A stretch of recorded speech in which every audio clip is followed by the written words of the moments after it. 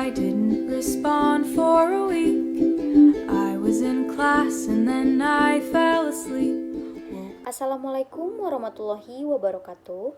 Perkenalkan, nama saya Heron Rimani. Saya dari kelompok 2. Sebelumnya, saya ucapkan terima kasih kepada Ibu Risa Ratna Gumilang Espar MM selaku dosen pengampu mata kuliah Manajemen Keuangan Internasional. Pada kesempatan kali ini, saya akan menayangkan hasil presentasi saya yang telah dibuat dengan materi yang berjudul Multinational Capital Budgeting. Langsung saja yang pertama, apa sih itu Multinational Capital Budgeting? Multinational Capital Budgeting merupakan serangkaian proses perusahaan multinasional dalam mengevaluasi proyek dengan menggunakan penganggaran modal yang membandingkan manfaat dari satu proyek dengan biaya-biayanya. Nah, tujuan Multinational Capital Budgeting adalah ditujukan untuk memisahkan proyek internasional yang pantas diimplementasikan dan proyek yang tidak patut dilaksanakan.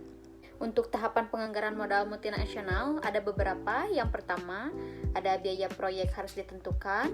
Yang kedua, ada manajemen harus diperkirakan aliran kas yang diharapkan dari proyek.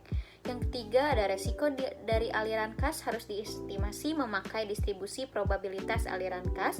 Yang keempat, dengan mengetahui resiko dari proyek, manajemen harus menentukan biaya modal yang tepat. Dan yang terakhir, dengan menggunakan nilai waktu uang, aliran kas masuk yang diharapkan berguna untuk menentukan nilai aktiva.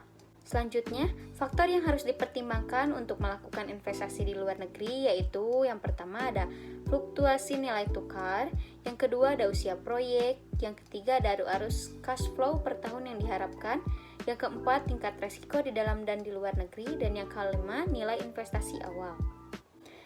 Untuk manfaat multinational budgeting terdapat 5 poin, yaitu yang pertama ada menunjukkan faktor risiko proyek atau investasi, yang kedua ada menentukan jenis proyek yang dapat dilakukan, yang ketiga ada membantu perusahaan membuat rencana jangka panjang, yang keempat ada menunjukkan sisi keuntungan proyek kepada investor, yang kelima menghindarkan proyek dari oknum.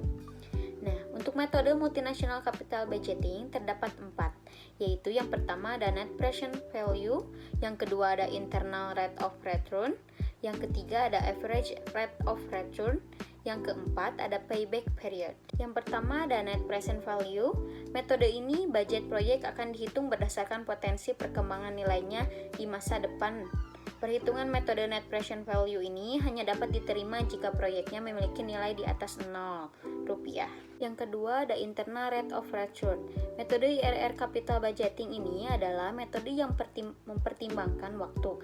Selain perhitungan nilai future value uang, berbagai ahli menyebut bahwa metode IRR ini jauh lebih efektif dan akurat dibandingkan MPV. Yang ketiga ada average rate of return. Perhitungan capital budgeting ini menggunakan metode ini mirip dengan IRR, akan tetapi yang dihitung adalah rata-rata pendapatan per tahunnya. Dan yang terakhir itu ada payback period atau PP. PP ini yaitu metode capital budgeting berdasarkan waktu kembalinya pendanaan.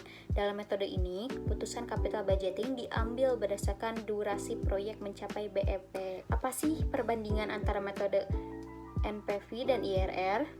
Perbandingannya itu adalah metode net present value adalah proses atau cash flow yang didiskontokan atas dasar biaya modal atau cash of capital atau rate of return. Yang diinginkan dalam metode ini pertama-tama dihitung adalah nilai sekarang atau present value dari proses yang diharapkan atas dasar discount rate tertentu. Kemudian jumlah present value dari keseluruhan proses adalah selama usianya dikurangi dengan PV dari jumlah investasinya atau initial investment. Selisih antara PV dari pengeluaran modal capital outlay atau initial investment dinamakan nilai sekarang neto atau net present value. Nah, kalau metode internal rate of return adalah tingkat bunga yang akan menjadikan jumlah nilai sekarang dari proses yang diharapkan akan diterima sama dengan jumlah nilai sekarang dari pengeluaran modal. Pada dasarnya, internal rate of return harus dicari dengan cara trial and error dengan serba coba-coba. Nah, selanjutnya, apa saja faktor-faktor yang mempengaruhi multinational capital budgeting? Nah, yang pertama ada fluktuasi valuta asing. Valuta asing selalu berfluktuasi sepanjang waktu, baik menguatkan maupun melemah. Sulitnya permasalahan kurs secara benar dan akurat menyebabkan MNC harus membuat beberapa skenario untuk mengantisipasi perubahan valuta asing. Ada dua skenario yang dapat dipergunakan, yaitu skenario pesimis dan skenario optimis. Yang kedua ada inflasi. Inflasi merupakan suatu keadaan menaiknya harga barang secara umum terus-menerus. Kenaikan inflasi bisa mengakibatkan membesarnya biaya variabel per unit. Peramalan inflasi yang tidak akurat akan menyebabkan ketidakakuratan peramalan alias aliran kas suatu proyek. Yang ketiga ada struktur penganggaran. Sebuah perusahaan dapat memilih bentuk pembiayaan dalam modal sendiri atau meminjam dari bank atau lembaga keuangan.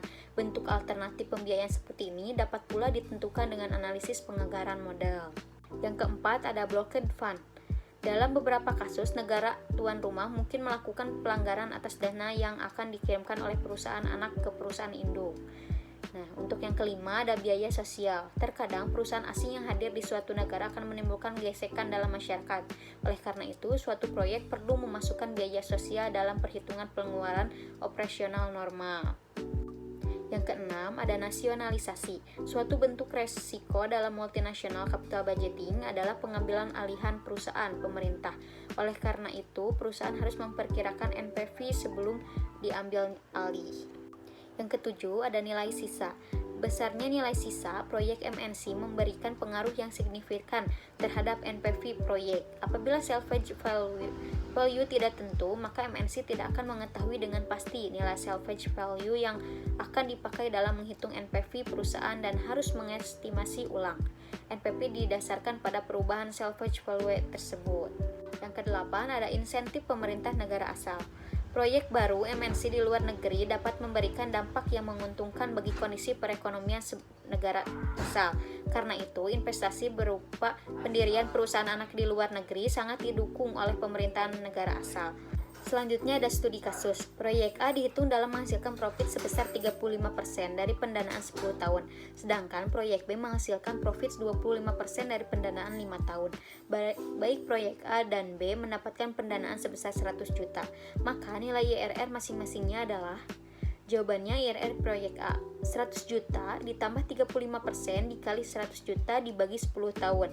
Hasilnya 135 juta dibagi 10 tahun.